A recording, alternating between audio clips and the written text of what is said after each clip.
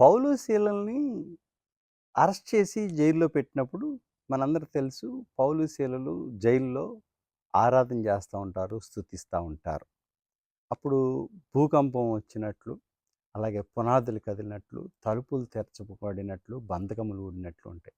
అక్కడ ఒక చాలా జాగ్రత్తగా గమనిస్తే ఒక మాట ఉంటుంది. పౌలు శీలలు ఆరాధన చేస్తున్నప్పుడు ఖైదీలు వినుచుండిరి అని ఉంటుంది.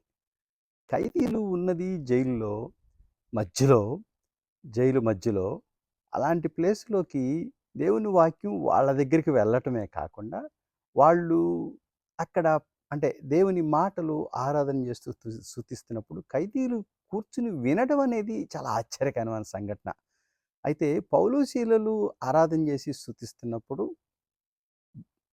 పునాదులు కదిలినియేమో గానీ, బంధకములు ఊడింది మాత్రం ఆళ్ళు కూర్చొని వినటం వల్లనే. జస్ట్ విను చాలు నీ బంధకాలు ఊడిపోతాయి. ఏం మాట్లాడనవసర.